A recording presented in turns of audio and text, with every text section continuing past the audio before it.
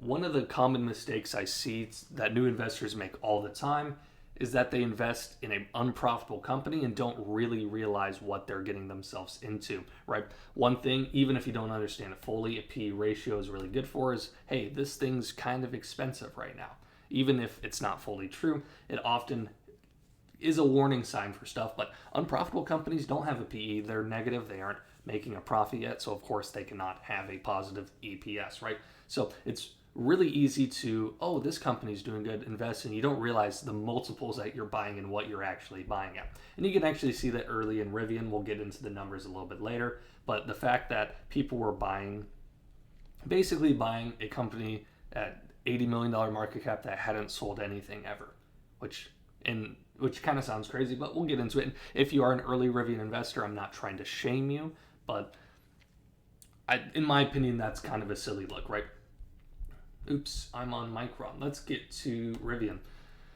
I was looking at something else, decided not to go with Micron in this video. However, let's take a peek here. So we can see these were the earnings per share, obviously in the negatives, but we can see next year it looks like they are going to be not making a profit, but they're losing less money, right? So one of the key things you can look at is not, are they becoming more profitable? It's, okay, are they moving the needle towards becoming break even and then eventually profitable, right? That is the end goal. If you aren't ever going to be profitable, you're never going to make any money. You're never going to be worth anything, right? In the long term. So we can see here from 2021, which really shouldn't even be factored in because they didn't sell anything. But from 2022, right, to 2023, 23% more profitable, right? 18%. It's not fully, it's a little bit different than that, but you get the general gist. We're moving closer towards break even this year, and next year is expected to be even closer, right? Revenue is the big thing. They went from basically selling nothing, 1.7 billion. We're at 4.4 billion, and then we're going to go to 4.6, which isn't as good. However, if you keep increasing in revenue and keep increasing in earnings per share, making it closer to break even, that is what you want to see. Ideally, you want to see both, right? Some companies are close enough to profitable that they aren't really at any risk of going under, and then you're mainly looking at revenue.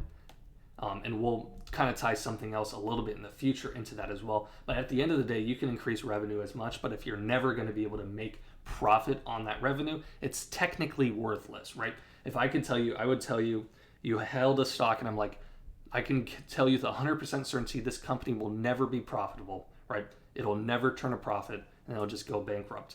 If everyone knew that, if you knew it, you still think you might be able to make money. But if everyone knew that, then what's the point of holding the company? They're never going to turn a profit. They're never going to pay a dividend that's sizable. It's really not it's really not worth anything. So another thing that's important, right? Increasing assets is good.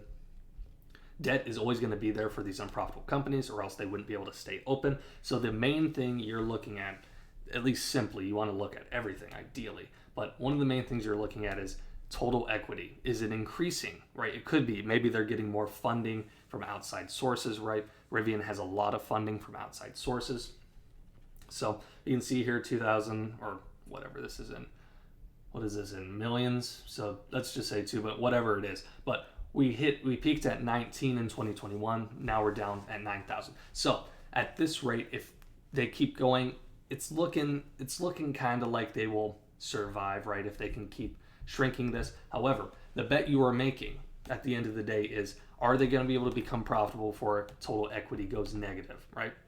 Because if you can't become profitable before you have no equity, you're negative, you're more negative, you can't turn a profit, then you go bankrupt and then you lose everything from this company, right? You as an investor are going to lose everything that you have in this company. So you have to become profitable before this happens. You just do. It's so important. So, and we'll take a little bit of a look at Lyft right now. Lyft, they're a rideshare company. I assume most of you know that. They're only about 7 billion market cap, right? Smaller than Uber. This is another unprofitable company. They're down fairly significantly as well. Oops, that was a misclick. And if we take a look at this, right, this one is a bit more scary. It looks like they're barely becoming profitable here, right? Don't quite have P, but it's close. However, one thing that is concerning is equity. Look how look how close they are. They just barely made it. Just barely made it. 5.42 equity. Or 542. It's really not that much. You don't have a whole lot of wiggle room. But they are profitable, and profitability is growing. It's going to grow 37%. Revenue is increasing fairly significantly. But part of it just came to this company was also, value just higher than it probably should have been. But this is probably fairly realistic levels, right? Their forward PE is 19, so they're looking at profitability in the future. But man, is it close, right? It is. So this is an example of one that just became profitable and it made it, right? It did make it, but there's not a whole lot of room there. You got, your debt is still high, liabilities are still high. You just got to kind of comb through the balance sheet, comb through everything. Okay, is revenue growing? And this one seems fine, right? Lyft, the revenue is growing, the profitability is growing. You just got to understand that when you're looking at these companies that are unprofitable, you just have to do so much more. Like, you just got to be way more certain in the numbers. Not that you shouldn't. You should look through all of this, right, whenever you're investing in a company. However, if it's a small enough amount and it's a company that's large enough, like Apple, you don't have to understand every minute detail of Apple to invest in it, in my personal opinion, unless you're doing like tens of thousands, hundreds of thousands of dollars, right? If we're talking like a couple thousand in Apple, you don't have to spend hundreds or like 20 hours of research, in my opinion. That's my personal opinion, right? Obviously more than this video. But when you're doing unprofitable companies, you have to do your research and understand where you're getting to. Because if you're buying in here, right, with a company, and it's flipped on its head because the numbers don't look great here. The numbers are much better here than when they were back in 2021. There was more hype and COVID was at its peak, yada, yada. Or not almost at its peak. It was still doing well, I would assume, right? But anyways, I think that's all I've covered. I've covered all I wanted to in this video. Unprofitable companies, you got to be careful. We got to do just a lot more research into understanding, okay, this is where they're at, this is where they're going, this is where they get funding from, this is income, this is how much they're going to make in the future, I'm betting on this. It's just so much more to understand. And hopefully I've covered at least the basics of that you'd feel a lot more comfortable knowing kind of where to start with that. If you enjoyed this video, I'd appreciate if you left a like, subscribe if you're new. I do daily stock content on this channel.